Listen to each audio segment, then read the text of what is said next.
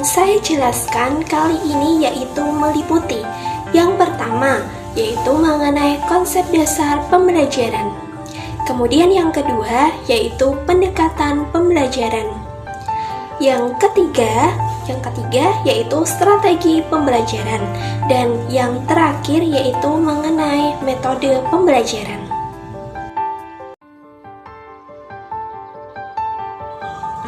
Materi yang pertama yaitu mengenai model pembelajaran. Ada beberapa pengertian mengenai model pembelajaran dari beberapa tokoh. Nah, di antaranya yaitu yang pertama menurut Joyce tahun 1992, yaitu menjelaskan bahwa pengertian model pembelajaran merupakan suatu perencanaan atau suatu pola yang digunakan sebagai pedoman dalam merencanakan pembelajaran di kelas atau pembelajaran dalam tutorial dan untuk menentukan perangkat-perangkat pembelajaran, termasuk di dalamnya itu ada buku-buku, kemudian film, komputer, kurikulum, dan lain-lain. Selanjutnya, menurut Nurlela tahun 2020 mengatakan bahwa model pembelajaran adalah suatu perencanaan atau suatu pola yang digunakan sebagai pedoman dalam merencanakan pembelajaran di kelas atau pembelajaran di dalam tutorial. Kemudian menurut Jalal tahun 2017 menjelaskan bahwa model pembelajaran adalah kerangka konseptual yang melukiskan prosedur yang sistematis dengan cara mengorganisasikan pengalaman belajar dalam mencapai tujuan belajar tertentu yang berfungsi sebagai pedoman bagi para perancang pembelajaran dan para pendidik dalam merencanakan dan melaksanakan belajar mengajar.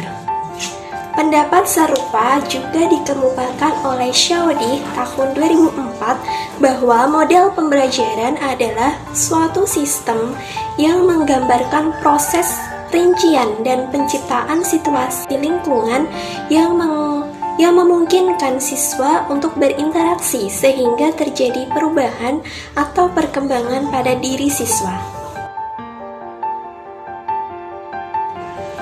Setiap model pembelajaran mengarahkan ke dalam mendesain pembelajaran untuk membantu peserta didik sedemikian rupa sehingga pembelajaran itu dapat tercapai. Adapun ciri khusus model pembelajaran menurut Nalimun tahun 2016 yaitu yang pertama, rasional teoritik logis yang disusun oleh para pencipta atau pengembangnya. Kemudian yang kedua, landasan pemikiran tentang apa dan bagaimana siswa belajar atau tujuan pembelajaran yang ingin dicapai. Kemudian yang ketiga, tingkah laku mengajar yang diperlukan agar model tersebut dapat dilaksanakan dengan berhasil.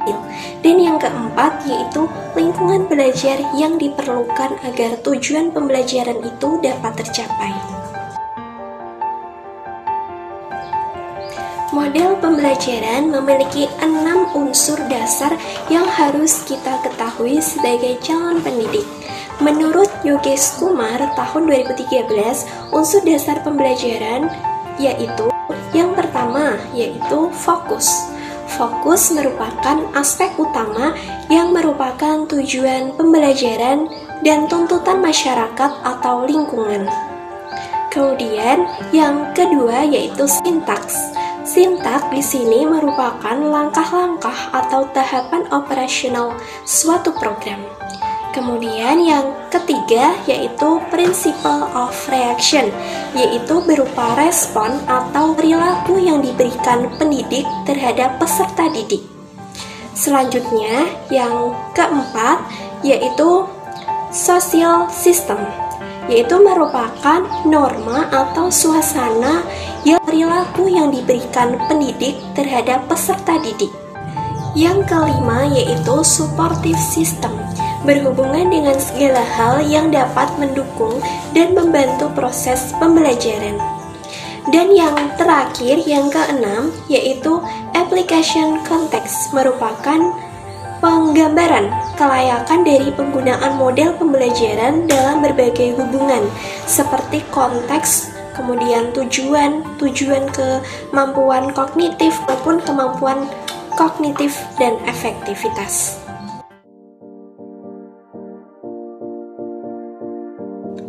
Materi selanjutnya yaitu pendekatan pembelajaran. Ada beberapa pengertian mengenai pendekatan pembelajaran dari beberapa tokoh. Nah, di antaranya yaitu menurut Rahim tahun 2021 menjelaskan bahwa pendekatan pembelajaran adalah salah satu cara yang dilakukan guru dalam pelaksanaan pembelajaran agar konsep yang disajikan bisa beradaptasi dengan siswa. Selanjutnya, menurut Panggabean tahun 2021 mendefinisikan pendekatan pembelajaran sebagai proses bagaimana seorang guru mengajar dan bagaimana proses seorang peserta didik belajar dalam mencapai tujuan pembelajaran. Sedangkan menurut Lexiana tahun 2018, pendekatan pembelajaran diartikan sebagai titik tolak atau sudut pandang kita terhadap proses pembelajaran yang merujuk pada pandangan tentang terjadinya suatu proses yang sifatnya masih sangat umum dan di dalamnya mewadahi, mengilhami, menguatkan, dan melatari metode pembelajaran dengan cakupan teoritis tertentu. Jadi, dapat disimpulkan bahwa pendekatan pembelajaran adalah gagasan dan rencana dalam menentukan langkah kegiatan yang akan dilakukan dalam pembelajaran. Nah, pendekatan pembelajaran dapat berpengaruh terhadap hasil belajar. Jika seorang guru mampu mengimplementasikan pendekatan pembelajaran dengan tepat, maka siswanya akan lebih mudah menangkap materi yang diberikan dengan baik. Dilihat dari jenis pendekatannya, pembelajaran dibedakan menjadi dua jenis pendekatan, yaitu Student-Centered Approach dan Teacher-Centered Approach.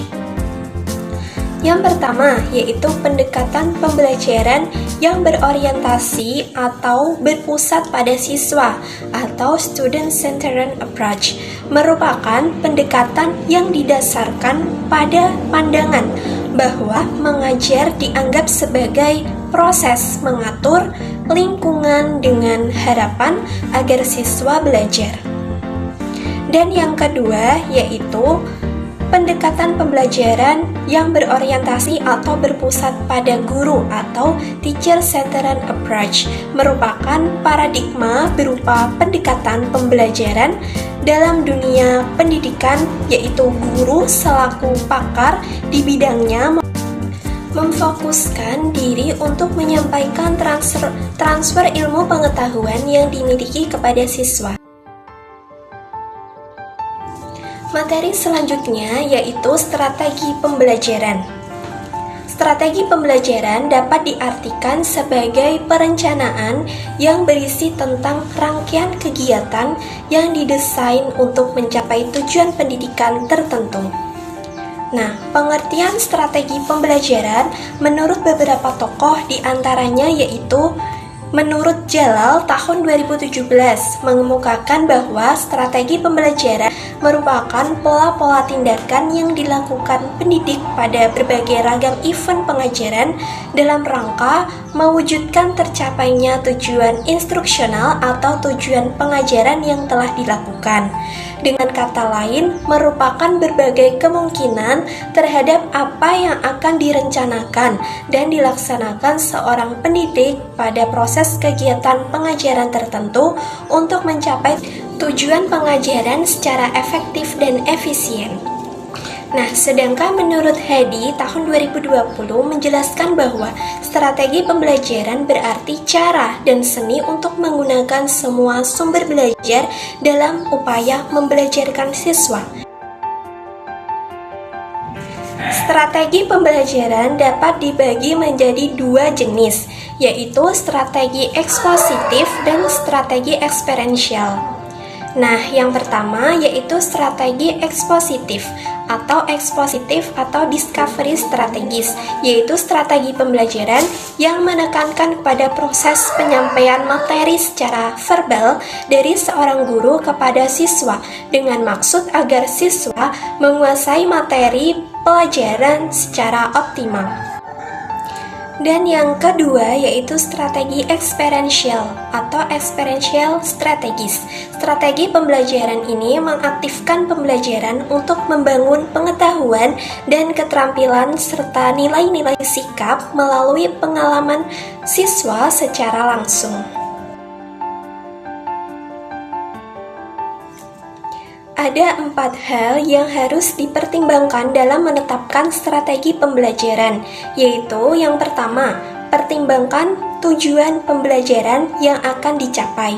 Selanjutnya, pertimbangkan peserta didik, kemudian pertimbangan sumber dan fasilitas yang tersedia, dan yang keempat yaitu pertimbangan karakteristik teknik atau metode penyajian.